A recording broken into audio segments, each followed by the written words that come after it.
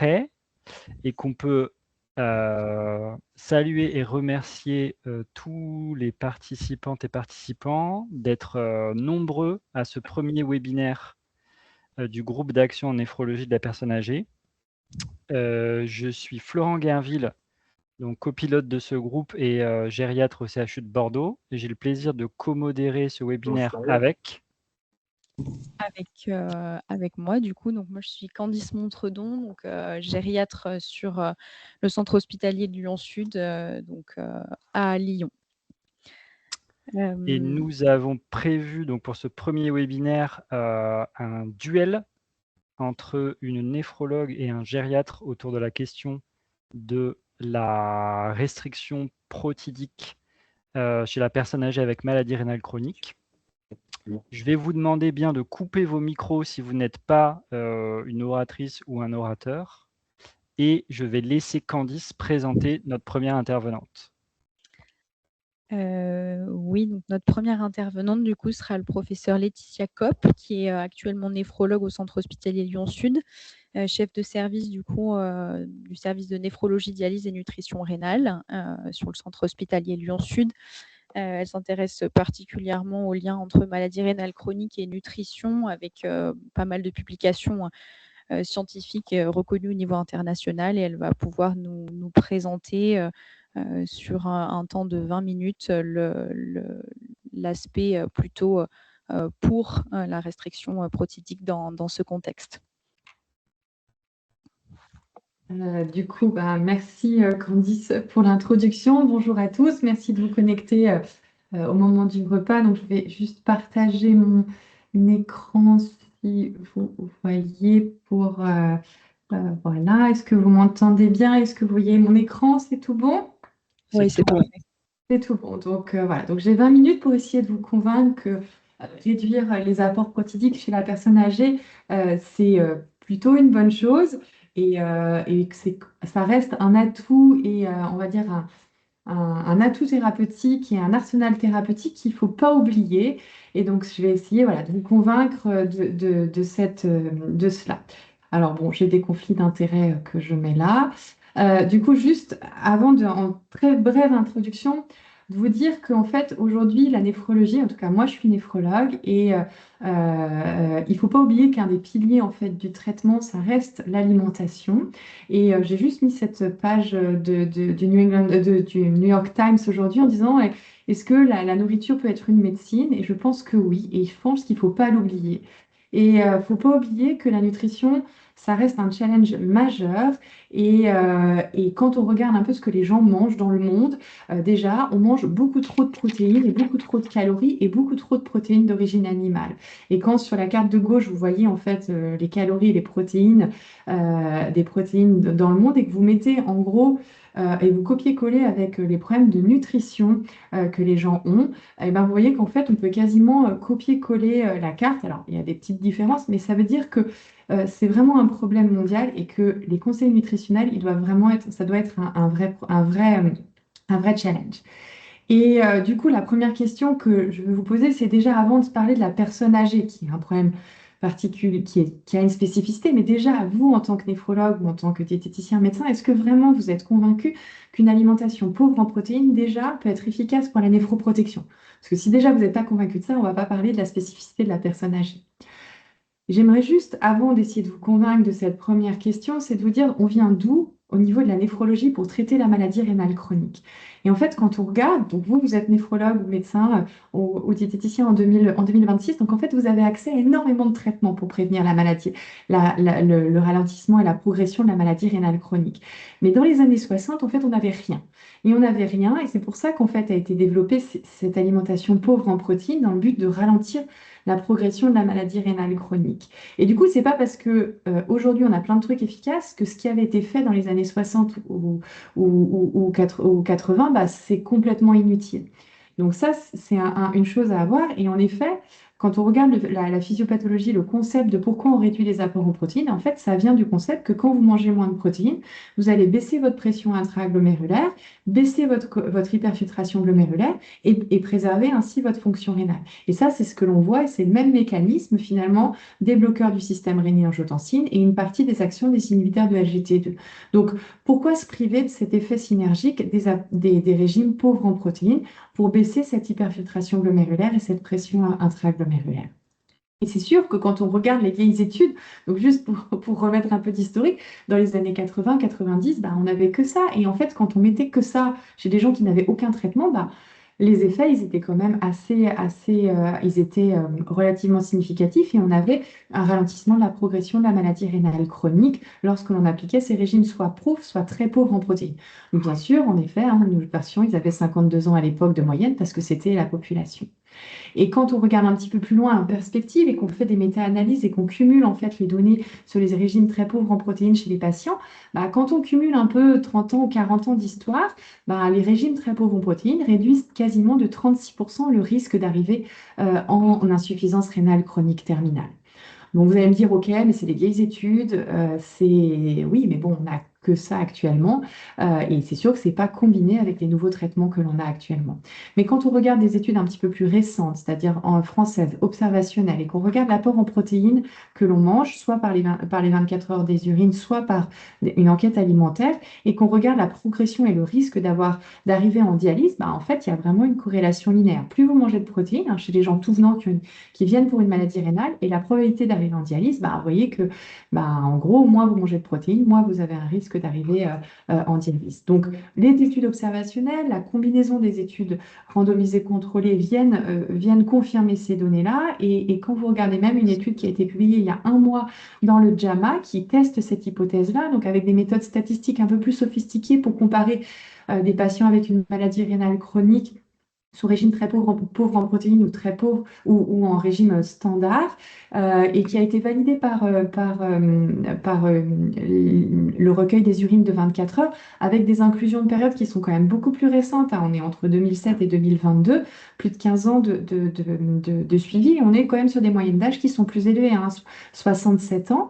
Vous voyez qu'on retrouve les mêmes courbes avec plus on mange de protéines et plus on a un risque d'arriver en dialyse, et que lorsque l'on diminue nos apports protidiques, alors là, dans la courbe, ils se sont arrêtés à 0,8 malheureusement. On ne voit pas plus bas, mais en tout cas, ça diminue quand même le risque de risque. Et quand on regarde un petit peu spécifiquement en sous-groupe, pour les patients en dessous de 65 ans ou au-dessus de 65 ans, c'est sûr que au-dessus de 65 ans, on a l'impression que le odds ratio touche un petit peu la barre de 1. Donc ça, il va falloir qu'on regarde un petit peu. Mais globalement, quand on prend la population générale, on confirme cet effet néphroprotecteur que l'on a. Mais vous verrez que les patients qui sont aussi sous inhibiteurs de LGT2, aussi, l'effet, il est moins spectaculaire. Pareil, quand vous avez moins de protéinurie, un peu ce que l'on voit dans les nouvelles études sur les inhibiteurs de LGT2, moins vous êtes grave, moins il y a un effet protecteur. Et puis, ce que j'aimerais aussi dire, c'est que quand vous faites des essais randomisés contrôlés ou des essais observationnels, quand vous cherchez à avoir un effet de la nutrition, c'est dur de faire des essais. Donc, en fait, il ne faut pas comparer l'efficacité des essais nutritionnels comme vous pourrez comparer sur juste prendre un médicament. Et les essais randomisés contrôlés, dans cette population, c'est difficile.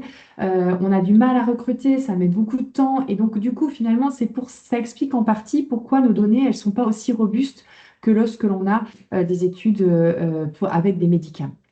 Donc, c'est un petit peu pour ça qu'il y a un peu la guerre depuis, on va dire, 30 ans sur est-ce qu'il faut vraiment réduire les apports en protéines. Et ici, vous avez un petit peu les dernières recommandations qui font la synthèse de tout ça. Et globalement, les CADIGO disent qu'il ne faut clairement pas être au-dessus de 1,3 g/kg par jour parce qu'il y a vraiment un risque de progression de la maladie rénale.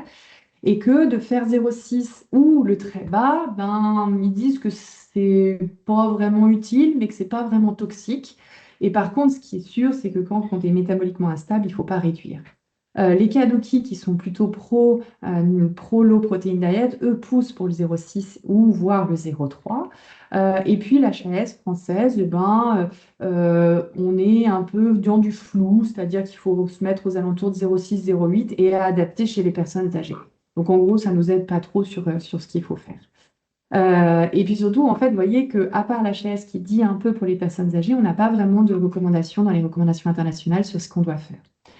Et puis, là encore, j'aimerais dire que c'est pour ça que je veux vous convaincre, c'est que on a des super médicaments, et c'est ce que je vous l'ai dit, on va réduire la progression de la maladie rénale chronique, mais même quand on va combiner toutes nos thérapeutiques que l'on a, les inhibiteurs de LH2, les nouveaux MRA, les bloqueurs du SRA, et là, quand on voit dans ces méta-analyses, il reste que toujours un risque résiduel de maladie rénale. On n'est pas à zéro. Donc en fait, ben, on peut toujours faire mieux et permettre de ralentir la progression de la maladie rénale chronique de quelques mois, quelques années, par ces approches nutritionnelles, bah, c'est peut-être pas vain et ça a encore sa place. Et ça, je veux vraiment que vous soyez convaincus. Donc, si vous êtes, donc j'aimerais finir cette première partie en disant oui, que réduire les apports protéiques, ça protège le rein, que certes, les études, elles sont observationnelles, mais par les limitations bah, du type de la difficulté de faire des essais randomisés contrôlés par des approches nutritionnelles, et que même en 2026, il y a encore toute sa place. Alors après, on va se focaliser. Est-ce que chez les personnes âgées, vraiment, quelles sont nos données et quels sont nos arguments pour dire vraiment que c'est efficace? Et surtout, j'aimerais dire que là, on va parler à des patients qui sont âgés, mais qui ont une maladie rénale chronique. Il faut faire attention dans l'interprétation parce que souvent, on parle des personnes âgées et pas des personnes âgées avec une maladie rénale chronique. Alors après, il y a quand même des défis. Et là-dessus, je n'ai pas encore la réponse. C'est que, premièrement, quelle formule de body weight on doit utiliser? Est-ce qu'on utilise le poids idéal? Quelle formule? Est-ce que ça marche chez les personnes de plus de 80 ans? Parce que vous voyez qu'en gros, on ne peut pas mettre dans les calculateurs au-delà de 80 ans.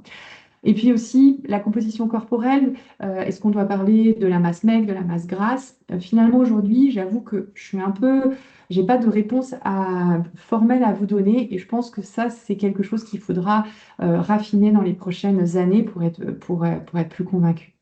Mais bon, mine de rien, réduire les apports protéiques chez les personnes âgées qui ont une maladie rénale chronique, bah, déjà c'est assez facile parce que quand on regarde des données observationnelles, donc ici c'est des données observationnelles en Italie, en fonction de l'âge, chez les patients qui ont une maladie rénale chronique avancée, hein, qui sont aux alentours de 25, bah, vous voyez qu'il y a quand même pratiquement un quart des personnes qui sont en dessous de 0,8 g/kg par jour hein, quand on a plus de 80 ans. Et puis, ben, quand on a pratiquement plus de la moitié qui sont aux alentours de 0,81. Donc, déjà, les patients qui ont une maladie rénale chronique, qui sont âgés, vont réduire spontanément leurs apports protéiques. Alors, est-ce que c'est risqué? Parce que c'est la question qu'on se pose. Alors, est-ce que quand on réduit les apports protéiques, on va perdre de la masse maigre? Parce que c'est vraiment le challenge. Bah, je ne vais pas vous dire que le contraire que non, parce qu'en effet, ici, vous le voyez, c'est une étude observationnelle chez les patients qui avaient 70 ans avec un DFG à 27. Clairement, bah, quand vous diminuez vos apports protéiques, vous allez réduire votre masse maigre, vous allez réduire votre vitesse de marche, vous allez réduire votre force musculaire. OK. Ça, c'est vrai. Mais la question, c'est est-ce que vraiment vous allez altérer votre qualité de vie chez ces patients-là? Et est-ce que vraiment vous allez altérer votre survie dans ces conditions-là? Parce que peut-être que oui, on perd un peu, mais est-ce que cliniquement, ça a une vraie signification quand on parle du risque rénal en face? Déjà, un truc très important sur le risque de dénutrition lorsque vous réduisez les apports protéiques. Ici, ils ont regardé en fonction de la diminution des apports énergétiques et des apports protéiques chez des patients qui, alors certes, étaient un peu plus jeunes et qui étaient un petit peu moins graves, mais globalement, les patients qui étaient le plus à risque de déficit de dénutrition, c'était les patients qui combinaient certes une diminution des apports protéiques, mais uniquement quand ils avaient une diminution des apports énergétiques. Et donc, quand vous maintenez les apports énergétiques, déjà, et que vous réduisez les apports protéiques, ben, le risque de dénutrition, il est vraiment très limité et modéré, et on n'a pas de risque de dénutrition majeure lorsque vous maintenez les apports énergétiques. Donc ça, c'est quelque chose d'important. Quand on parle de régime pauvre en protéines, on parle de maintien des apports énergétiques.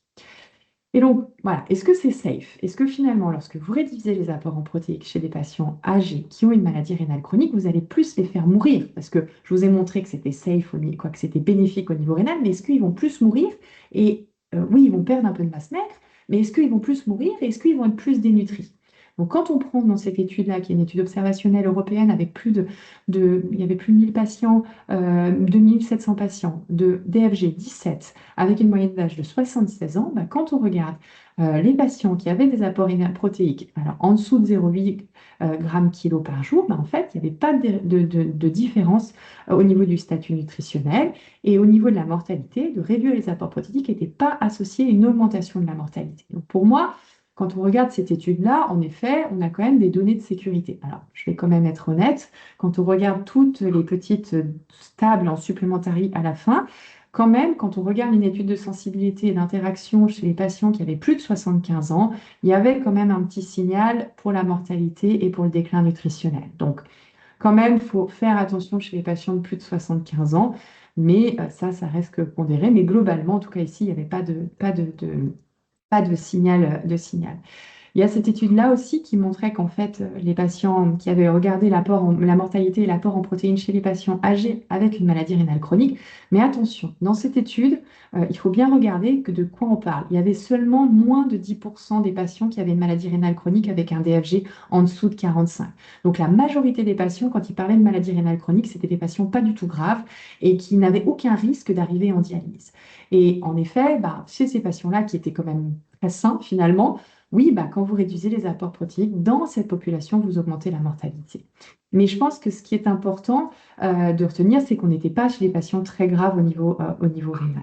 Et en plus, quand on regardait pour les patients avec une maladie rénale chronique, globalement, le hazard ratio, il coupait 1 lorsqu'on était en dessous de 0,8 et que le signal, il n'était quand même pas si fort que ça.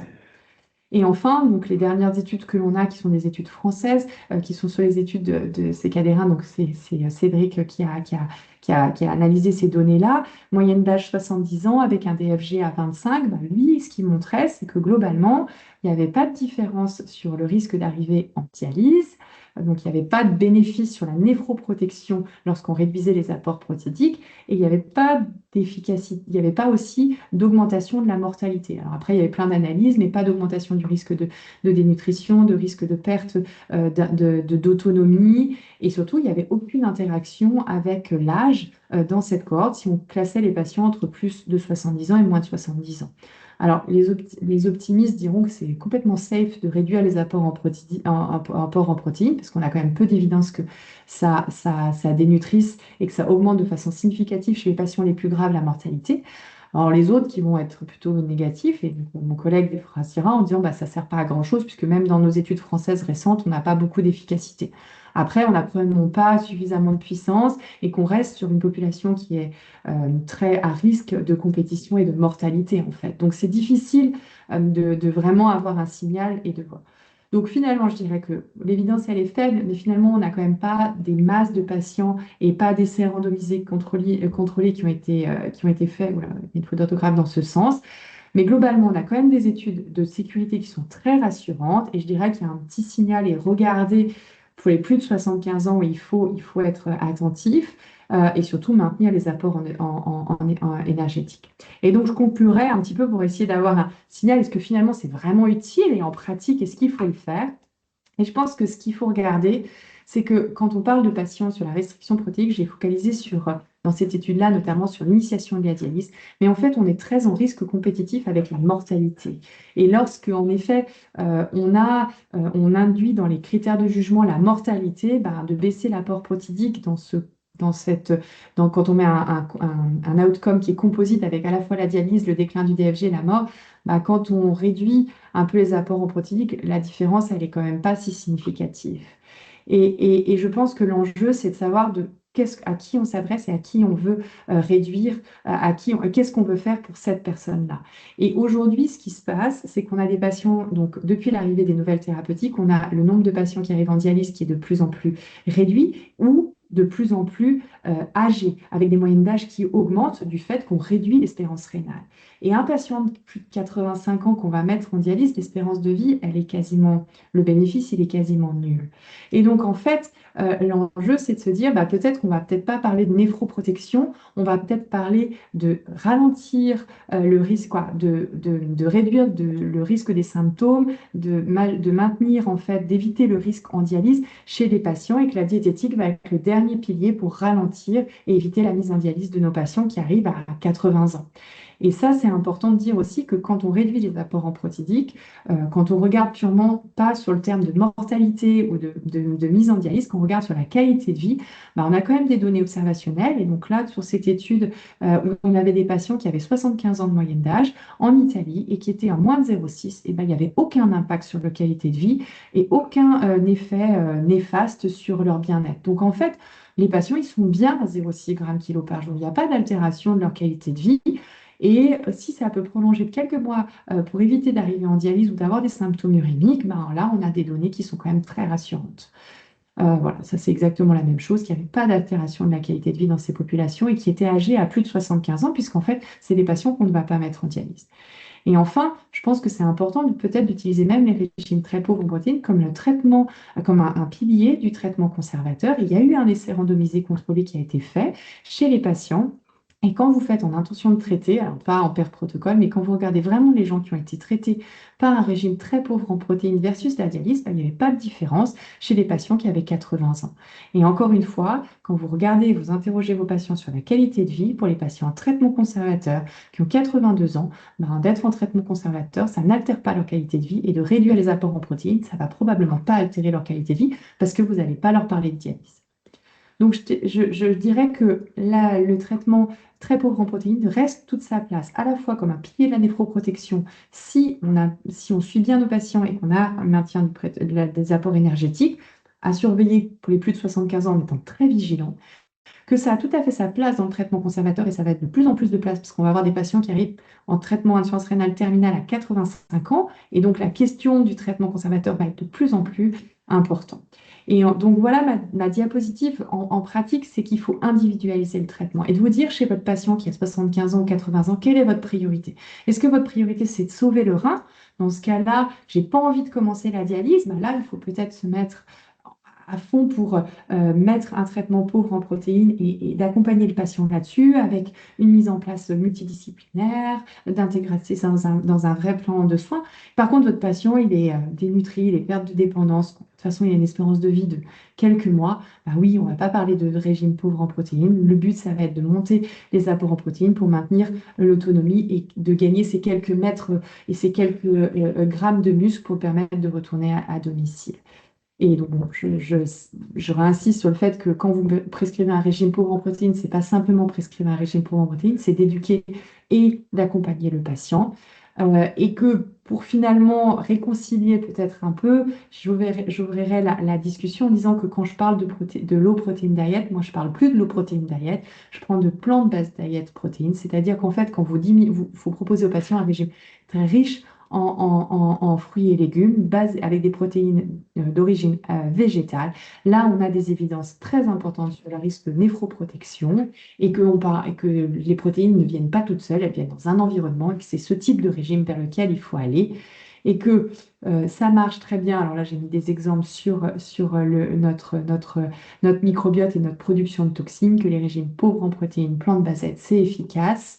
Et que du coup, pour la réconciliation, et j'espère que ce sera la diapositive de conclusion, c'est que le plant-based diet, quand vous faites un plant-based diet, automatiquement, vous réduisez vos apports en protéines. Et là, toutes les recommandations internationales, l'HAS, les KDIGO et les KDOQI sont tous d'accord. Le plant-based diet, et quand vous faites un plant-based diet, vous êtes automatiquement à 0,6 g/kg par jour. Et donc, du coup, c'est vraiment le régime le mieux recommandé, qui est safe et qui a le plus de bénéfices. Donc voilà, donc je pense qu'il faut, le take-home message, c'est personnaliser. Quelle est votre priorité? Est-ce que c'est le rein ou finalement l'âge qu'il faut utiliser? Et qu'un régime, le plant-based diet, au-delà d'être écologique probablement, il a un intérêt sur la protection rénale et que quand vous maintenez les apports énergétiques et que vous êtes accompagné, il n'y a aucun risque de complications et de mortalité. Donc merci. Un grand Merci merci. beaucoup, Laetitia. Donc, au niveau des questions, on va les prendre après la deuxième intervention. On en a déjà plusieurs dans le chat et donc on pourra les poser. Et les personnes qui voudraient aussi poser oralement leurs questions pourront le faire en levant la main.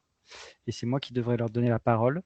Mais avant ça, nous allons avoir une contre-argumentation par le docteur Manuel Sanchez, qui est praticien hospitalier à l'hôpital Bichat à Paris, gériatre et expert en nutrition, et que nous avons donc invité pour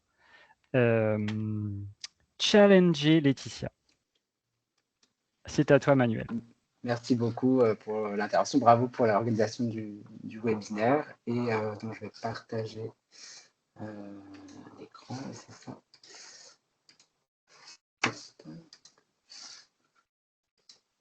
Est-ce que c'est bon? Vous voyez? Oui, c'est tout bon. Alors, du coup, c'était l'exercice demandé. Donc, moi, je ne suis pas du tout néphrologue et j'ai beaucoup appris de l'intervention du professeur Kopp, notamment sur la lecture d'études qu'on a pu lire chacun de son côté, mais différemment. Donc, je suis gériatre et je vais vous dire pourquoi donc, je suis contre la restriction protidique chez les sujets âgés vivant avec une maladie rénale chronique. Donc voilà mes liens d'intérêt, donc sont plus en lien avec la dénutrition et un petit peu avec le diabète, et notamment les inhibiteurs SGLT2. Moi, quand j'entends protéines, c'est vrai que tout de suite, je me dis, ce qu'il faut, c'est préserver le muscle. C'est un capital extrêmement important et il faut le sauver.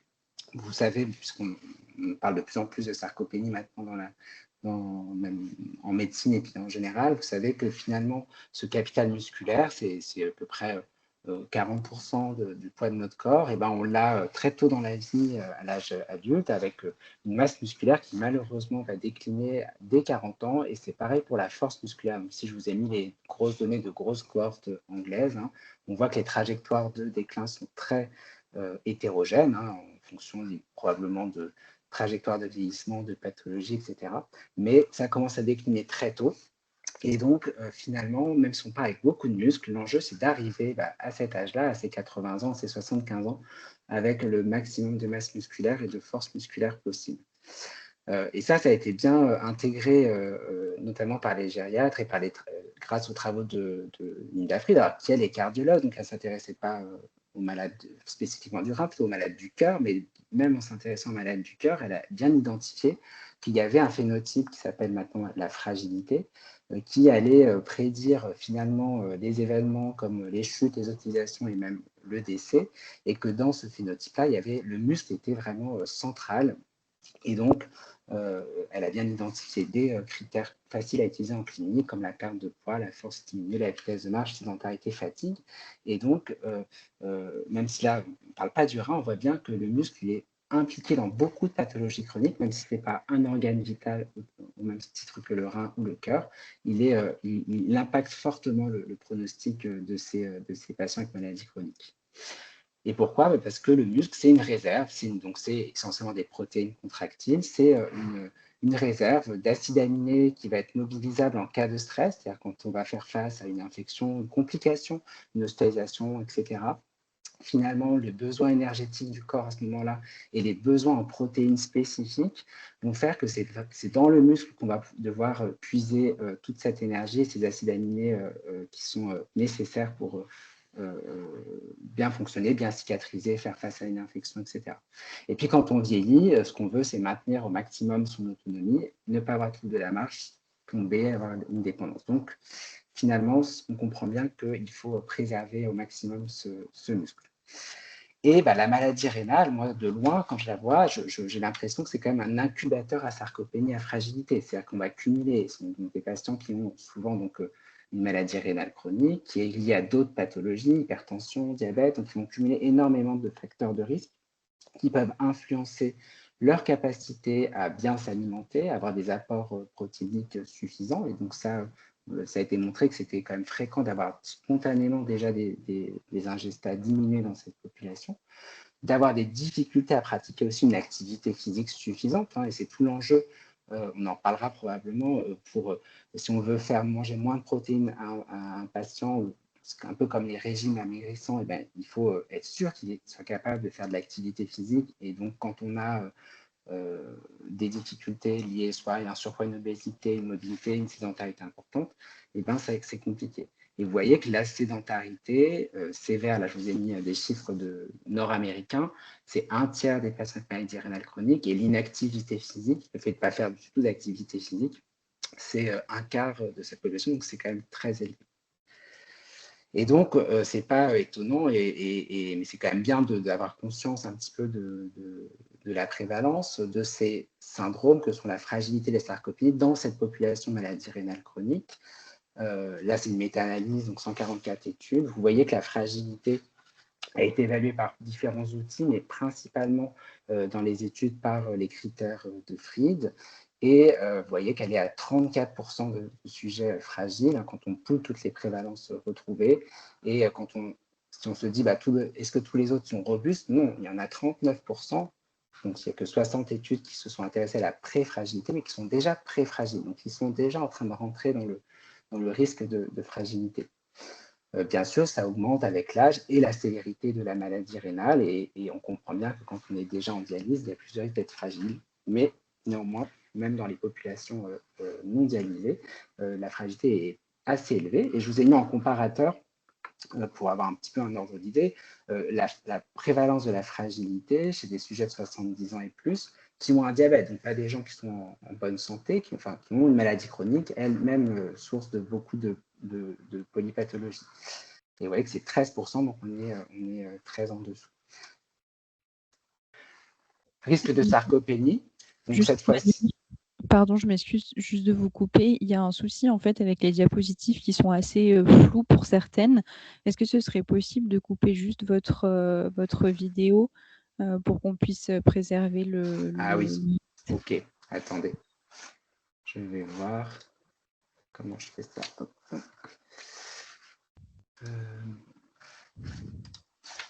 Tu dois avoir une icône caméra en haut à droite. Yes. C'est comme ça pour moi en tout cas. C'est bon? Là, on ne te voit plus en effet et on espère que ça va améliorer ta bande passante et donc la qualité de tes vidéos, enfin de tes diapos. Très bien. Merci. Merci. Est-ce que là, c'est un peu mieux, j'espère? Je pense que c'est fluctuant, mais on va continuer. Ok, sur le risque de sarcopénie, là aussi, une méta-analyse, vous voyez que, alors ça va être variable en fonction des critères qu'on va utiliser, mais si on reprend les critères, notamment européens, les derniers critères, qui sont assez stricts pour l'évaluation de la sarcopénie, donc il faut évaluer à la fois la force musculaire et la masse musculaire, et là aussi, on voit que c'est très prévalent, 20% des sujets avec maladie rénale chronique. Bien sûr, c'est variable suivant la sévérité de la maladie, mais même si on prend les personnes qui ne sont pas en dialyse, on est 20% de force musculaire diminuée, un petit peu, et aussi autour de 20% de masse musculaire diminuée. Et donc ça, Laetitia Kopp l'a bien dit déjà. Je vous montre une autre étude qui est plus petite, mais qui montre là aussi que finalement, spontanément, donc vous voyez que c'est très variable, je n'ai pas vu énormément d'études, donc je pense que ça gagnerait à avoir quand même plus de données là-dessus, mais quand même spontanément, les sujets âgés, là, plus de 65 ans, qui ont une maladie rénale, donc qui ne sont pas en dialyse, ils vont avoir des apports protéiques qui sont spontanément bas, donc inférieurs à 0,8. Là, c'était 2/3 finalement de ce petit échantillon. Et ces personnes-là étaient significativement un peu plus fragiles et peut-être un peu plus dénutries si on regarde leur poids moyen, avec une maladie rénale qui était un peu plus avancée. Donc, finalement, est-ce qu'il faut parler de régime pauvre en protéines, alors que c'est peut-être déjà pas le problème dans cette population, on a déjà une alimentation pauvre en protéines. Alors, moi, je vais m'écarter du coup du rat parce que, comme l'a bien dit le professeur Kopp, en fait, c'est difficile de faire des essais randomisés pour savoir combien il faut manger de protéines sur des périodes aussi longues. Vous avez vu que si c'est préserver la masse musculaire, prévenir la fragilité, c'est quasiment infaisable. Donc, on est obligé de se baser sur des études observationnelles.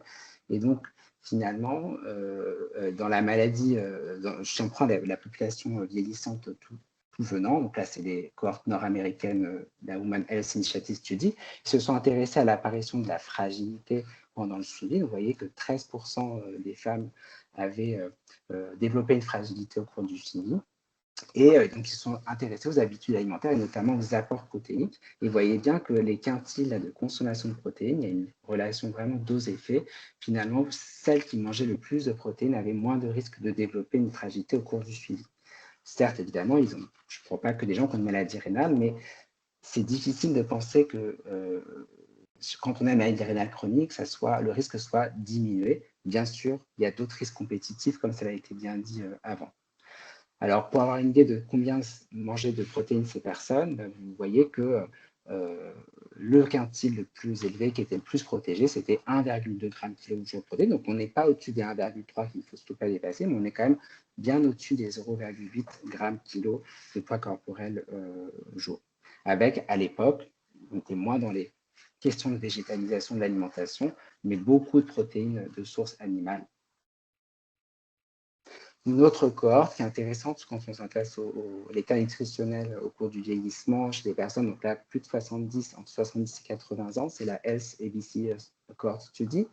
Donc, c'est des patients, des participants âgés qui étaient suivis en vie, donc plutôt stables pendant plusieurs années. Et chaque année, ils avaient une évaluation très précise de l'état nutritionnel, notamment avec la masse musculaire, la force musculaire, etc.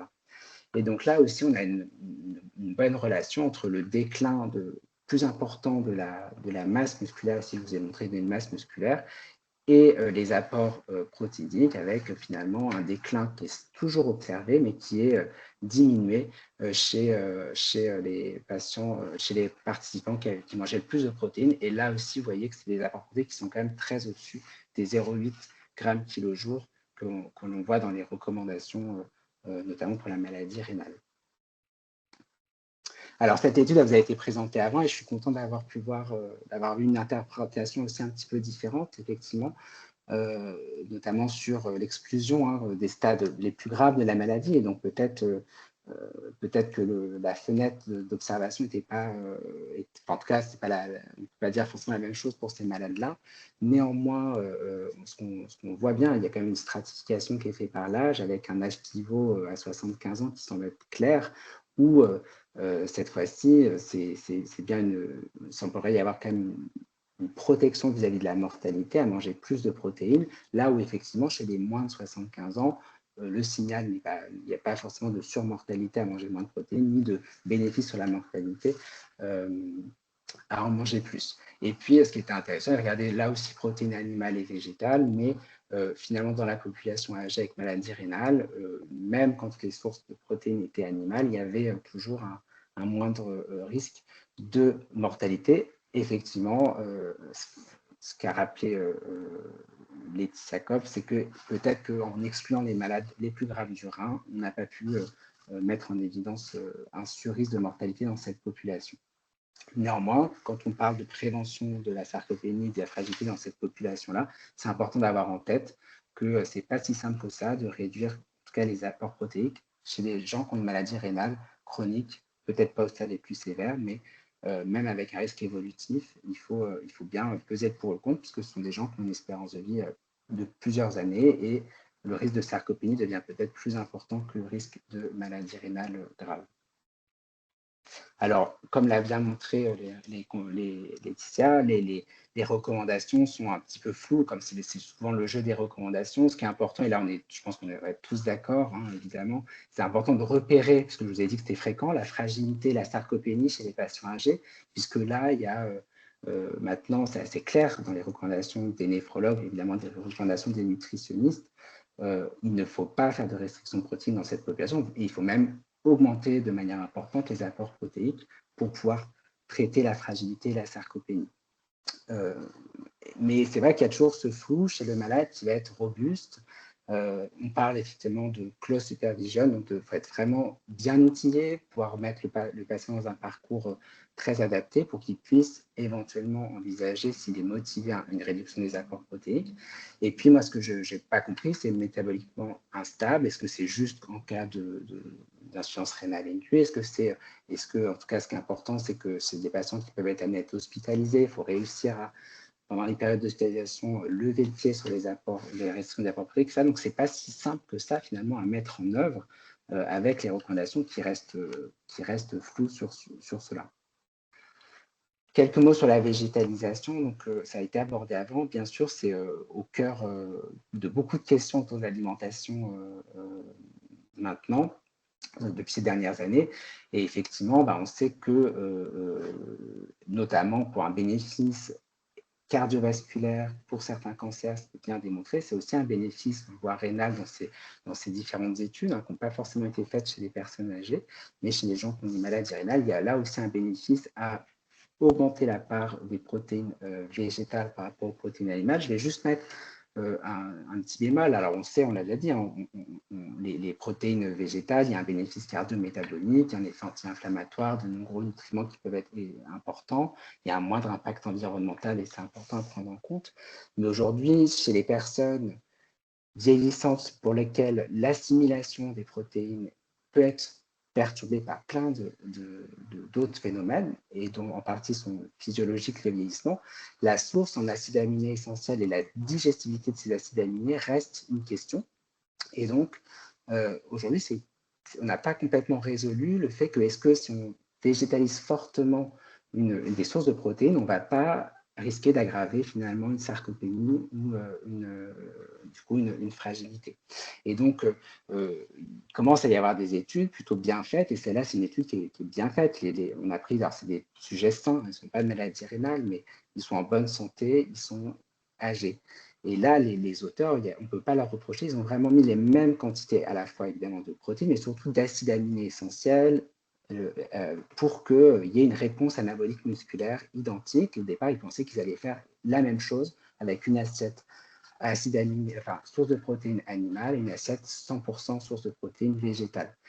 Et en fait, ils ont pu montrer que finalement, sur le plan de la digestibilité, de la disponibilité des acides aminés après le repas en postprandial, ce n'était pas le même profil, notamment l'apparition des acides aminés importants qui ont un fort signal anabolique. Et du coup, in fine, la synthèse musculaire n'était pas la même. Donc attention, bien sûr que c'est vraiment positif d'avoir de plus en plus d'études où on va pouvoir séparer sources d'origine animale et végétale, mais on n'a pas encore la réponse chez les patients les plus âgés sur est-ce qu'on ne met pas en danger finalement le muscle.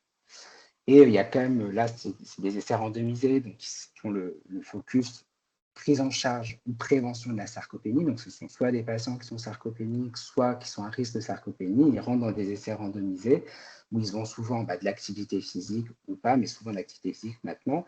Et puis, un renforcement des apports protéiques. Et donc là, la question de la méta-analyse, c'est de voir est-ce que changer la source des protéines, animale versus végétale, ça changeait l'outcome d'améliorer la force ou de la masse musculaire.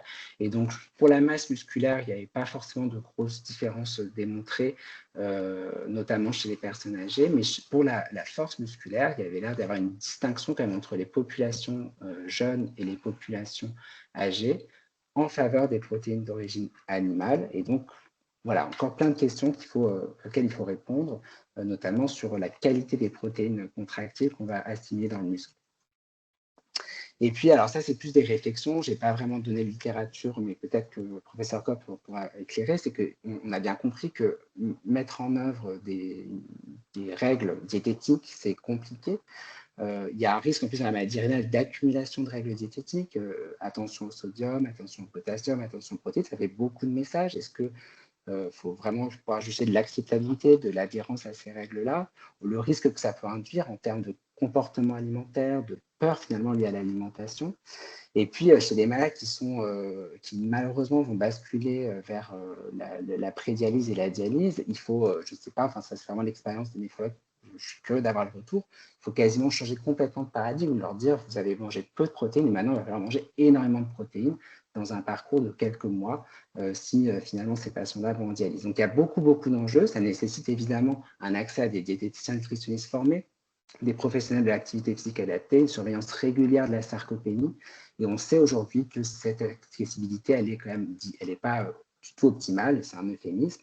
Et donc, je me pose la question, est-ce qu'on doit prioriser? Le but n'est pas d'opposer les malades entre eux, bien sûr, mais en tout cas, en essayant de mettre l'accent sur le régime pauvre en protéines, est-ce qu'on ne risque pas finalement de perdre du temps aussi diététique pour les sujets qui sont déjà sarcopéniques et dénutris, qui ont besoin évidemment de suivi diététique, d'activité physique adaptée et de surveillance régulière de leur état nutritionnel. Et puis, ça a été dit, aujourd'hui, on a un arsenal thérapeutique qui est de plus en plus étoffé. Et donc je ne vais pas redétailler, mais voilà, les inhibiteurs du SGLT2, je parle plutôt de cela que les analogues GLP1 qui ont un profil probablement peut-être moins bien toléré chez les personnes âgées, semblent être quand même plutôt bien tolérés chez les personnes âgées et semblent avoir une efficacité même rénale maintenant, aussi préservée chez les personnes plus âgées, même les personnes plus fragiles, puisque dans cette étude, ils ont essayé d'analyser un petit peu en sous-groupe le degré de fragilité, même si avec toutes les limites de comment ils ont évalué la fragilité, c'est des modèles plutôt statistiques. Néanmoins, le bénéfice relatif était stable et le bénéfice absolu en termes des outcomes rénaux était maintenu même chez des patients plus fragiles. Et donc, quid de l'effet?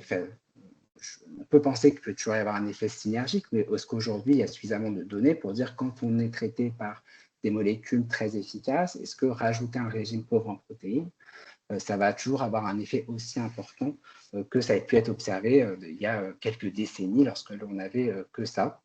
Et puis, sachant en plus que ces thérapeutiques, inhibiteurs de SGLT2, mais encore plus analogues du GLP1, peuvent exposer un risque de dénutrition par leur mécanisme d'action. Donc, mes conclusions, et évidemment, j'ai essayé de forcer le trait contre la restriction protéinique. Moi, j'ai peur, en tant que gériatre, que ça renforce la sarcopénie, la fragilité chez des patients qui sont déjà très haut risque. Donc, est-ce que ce n'est pas mettre de l'huile sur le feu? J'ai le sentiment, quand je vois des objectifs de 0,8, qu'on questionne déjà ces objectifs-là, que c'est déjà potentiellement trop bas chez beaucoup de personnes âgées. Est-ce que ce n'est pas déjà de la restriction? Et donc, il y a ce flou dans les recommandations chez des personnes, OK, pas dépasser 1,3. Quand ils sont dénutris, on va donner beaucoup de protéines, mais entre les deux, voilà, il y a un grand écart très important. Donc, je pense qu'il faut quand même rester, dès qu'on identifie des fragilités, voilà, moi je préconiserais quand même d'être à 1 gramme kilo de protéines, et lorsqu'on est dénutri, au moins 1,2 gramme kilo de protéines par jour. Voilà, c'est difficile d'extrapoler les bénéfices des esters randomisés à la population âgée de vraie vie. Donc, on a besoin, je pense, plus de données de vraie vie, et puis en fait, finalement, de l'accessibilité à l'expertise que ça requiert, en fait, d'appliquer finalement une restriction protéinique. Voilà, je vous remercie de votre attention. Donc, je suis ravi de pouvoir échanger, répondre à des questions avec le professeur Kopp. Merci à tous. Merci et désolé pour la bande passante. Pas de souci. Merci à tous les deux pour ces présentations. Je ne sais pas si, professeur Kopp, vous vouliez rebondir peut-être, ou si on peut passer à diverses questions. J'ai plusieurs choses que j'aimerais, juste pour alimenter. Premièrement, sur l'effet synergique des traitements low protéines plus inhibiteurs de GT2, c'est vrai qu'on n'a pas beaucoup de données, mais j'ai oublié de le mettre, il est sorti il n'y a pas longtemps. Il y a eu quand même une étude observationnelle qui est à Taïwan. Bon, alors, c'est pas en Europe, où ils ont comparé en fait des patients avec un DFG inférieur à 30 diabétiques sous très pauvres en protéines versus très pauvres en protéines plus inhibiteurs de SGT2. Et ils montrent quand même un effet synergique dans cette population-là. Alors après, ils sont un petit peu moins âgés, donc voilà. Et donc ça, je pense que dans l'avenir, on aura peut-être des données. Et deuxièmement, je pense que c'est vraiment important pour souligner, c'est que le gériatre, il ne voit pas le patient en dialyse. Nous, on voit le patient en dialyse, on voit le patient qui va avoir ce traitement extrêmement lourd. Et en fait, quand on parle de fragilité, etc., la dialyse, elle va tellement rendre fragile notre patient et le rendre encore plus dépendant, les troubles cognitifs, les baisses de tension, les complications, qu'en fait, oui, mais c'est tellement rien par rapport c'est tellement beaucoup plus invalidant que perdre un petit peu de muscle quand on est sur des patients qui sont vraiment où l'urgence rénale est là. Et c'est tout l'intérêt du dialogue de savoir, pour moi, la réponse est quelle est votre priorité? Est-ce que vous voulez sauver le rein ou sauver vos muscles?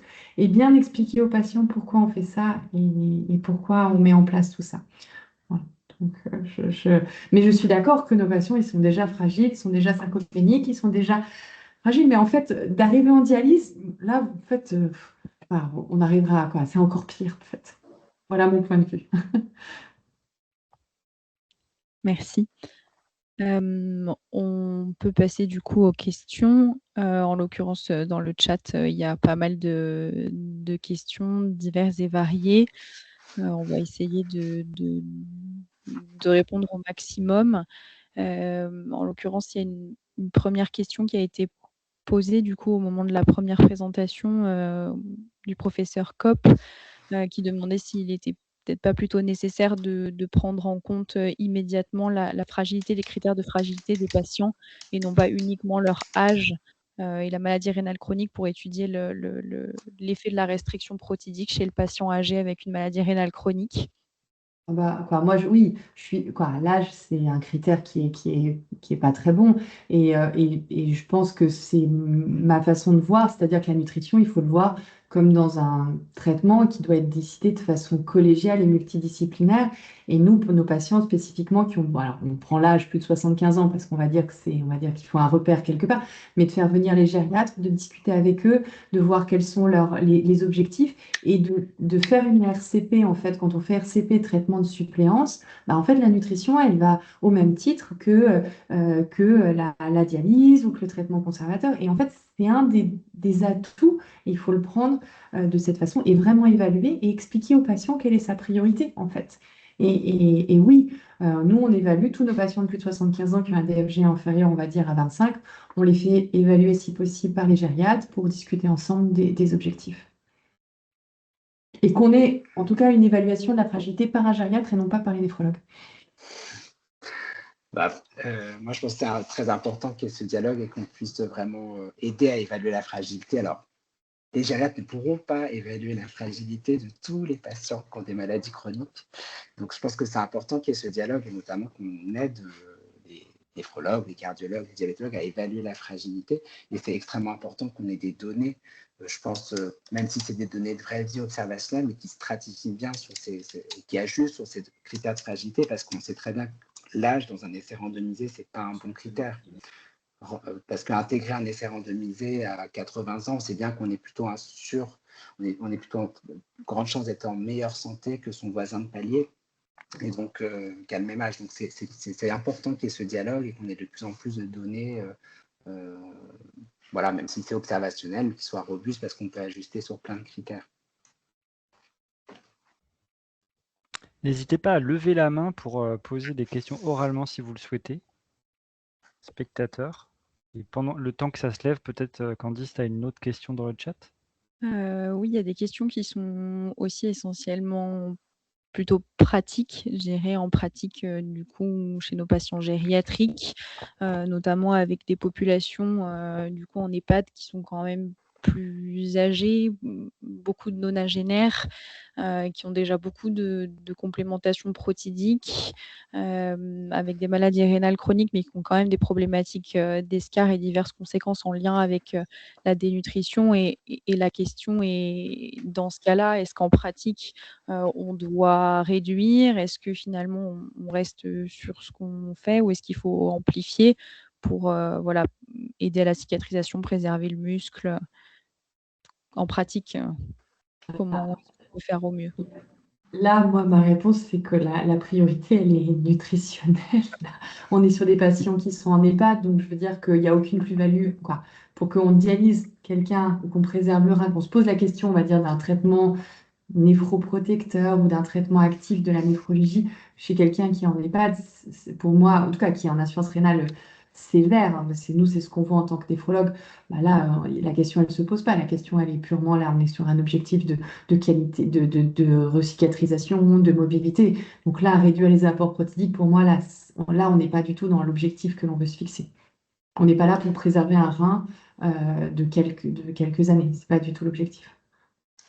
Je suis tout à fait d'accord. Les recommandations néphrologiques sont très claires aussi là-dessus, hein, même si les parties sur les personnes âgées sont limitées. Mais voilà, dès que vous avez un patient très comorbide, dénutri, on ne va pas se poser la question. A fortiori en EHPAD, on connaît tous l'espérance de vie de ces populations complexes.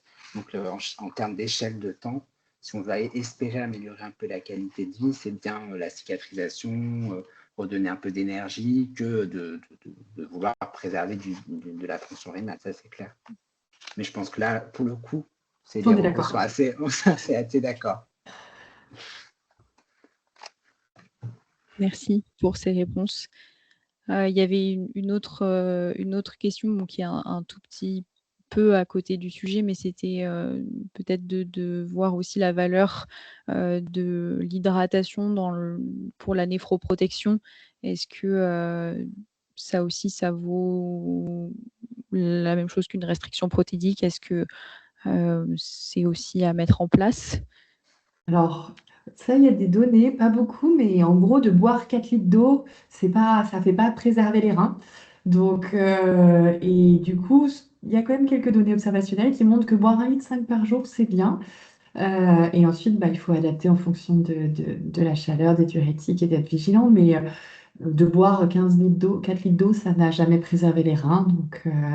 Donc, voilà, il faut boire à sa quoi, 1,5 litre comme repère. C'est ce que je donne aux patients. Et puis à moduler en fonction des traitements et des diurétiques et de la chaleur. Merci. Comme on approche de 14 heures et qu'on cherche la réconciliation, est-ce que je pourrais tenter de proposer un profil de patient à qui une restriction protidique est indiquée et voir si vous êtes tous les deux d'accord et voir si oui, est-ce qu'on peut en définir un autre? Est-ce qu'un patient de 80 ans avec une maladie rénale chronique de stade 4 qui progresse, qui n'est pas fragile et qui mange 1,5 g par kilo et par jour de protéines doit réduire ses apports? Ah oui, pour Oui. moi, ça, c'est celui qui aura le bénéfice parce qu'on va lui éviter la dialyse et du coup, quoi, on va ralentir l'arrivée en dialyse et il va peut-être mourir d'une belle mort et à 85 ans sans passer par la case dialyse parce que s'il est bien valide à 82 ans, 83 ans, on aurait envie de le dialyser. Donc oui. Ce qui est important, c'est c'est qu'il puisse rentrer vraiment dans un programme d'activité physique aussi. On sait que voilà, j'ai dit que c'est un sédentaire, c'est très associé aussi à l'obésité, donc il peut y avoir d'autres choses. Je pense que c'est important. En vrai, sur les apports protéiques et prévention de la sarcopénie chez la personne, entre guillemets, saine, on va dire, qui est plutôt vraiment robuste, on n'a pas de données dans la littérature qui disent qu'il fallait manger beaucoup de protéines. C'est plutôt l'activité physique là qui a un niveau de preuve important. Donc, chez cette personne-là qui en plus a des excès de protéines manifestes, c'est bien voilà. Est-ce que je le ferais descendre en dessous de 0,6? De toute façon, quelqu'un qui mange 1,5, est-ce qu'on arrive à le faire descendre à 0,6? Ça, c'est les diététiciens qui diront peut-être si déjà il mange 1, c'est déjà bien. Voilà. Donc oui, là-dessus, on est d'accord. Mais il faut réussir à sélectionner ce patient, réussir à le mettre dans un parcours qui est quand même qui nécessite beaucoup de professionnels et voilà et être sûr que d'autres patients aient accès aussi à des parcours aussi importants. Aujourd'hui, c'est toute une question de la diététique, l'accès à la diététique. Ça va être beaucoup de personnes, quoi. En néphrologie, on a la chance d'avoir le parcours MRC qui sécurise cette consultation Ouais. diététique et qui du coup met tout en œuvre pour justement proposer ce type de parcours aux patients avec un vrai succès. Et du coup, je pense qu'on a de la chance justement de bénéficier de ça. Donc, je pense que c'est vraiment une chance pour ces patients. Donc, il ne faut pas s'en priver et pas hésiter. Voilà, si on a accès à ces parcours, c'est important. Mais aujourd'hui, ces parcours, ça va être aussi pour l'obésité tout venant. Enfin, voilà, je pense, moi, j'ai un souci avec le vieillissement de la population et le poids que prend la nutrition dans toutes ces maladies chroniques, et ce qui est plutôt une bonne chose, c'est sur la disponibilité des ressources. Il va falloir former beaucoup de personnes. Alors, Marine Authion a levé sa main. Vous pouvez ouvrir votre micro et poser votre question, qui sera Oui, peut-être la merci. dernière. Merci. Bonjour, je suis médecin gériatre plutôt sur le versant rééduc. Est-ce que vous savez si dans les parcours MRC, il y a des parcours APA pour justement accompagner de façon régulière ces patients? C'est vrai que les APA, c'est vraiment une profession qui, pour le coup, est en train de rentrer clairement dans l'hôpital et qui est en croissance comparée à d'autres professions comme les diététiciens qui sont en difficulté. Est-ce que vous savez si quelque part, s'il y a des projets de ce type qui se montent? Et normalement, dans le parcours MRC, en fait, dans le forfait, c'est un paramédical, donc ça peut être diététique, psychologue, APA, qui est normalement pris en charge. Le souci qu'on a, c'est comment les hôpitaux ils reçoivent le forfait et comment ils veulent embaucher les gens par rapport au forfait pour nous le mettre de façon disponible. Donc, en théorie, oui. En pratique, nous, on n'y a pas accès. Déjà, il a fallu que je me batte pour avoir 0,5 de temps diététique.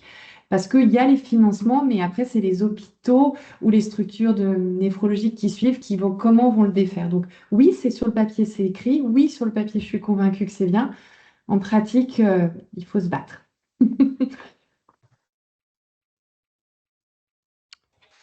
Candice, est-ce que tu veux faire un mot de la fin? Oui, en tout cas, un grand merci pour ces 2 présentations. Un grand merci au groupe Grand Pas aussi pour l'organisation de ce webinaire. Pour répondre juste à quelques questions qui sont au niveau du chat, il me semble qu'il y a bien un enregistrement qui a été lancé et qui aura la possibilité d'avoir un replay, si je ne dis pas de bêtises. Oui, avec Voilà. l'autorisation de nos invités. Oui, il n'y a pas de données secrètes. Pas de souci. Un grand merci. Merci beaucoup et puis merci pour l'invitation et puis ravi. À très bientôt. Merci à tous et merci beaucoup aussi. à bientôt pour un prochain webinaire. Switcher.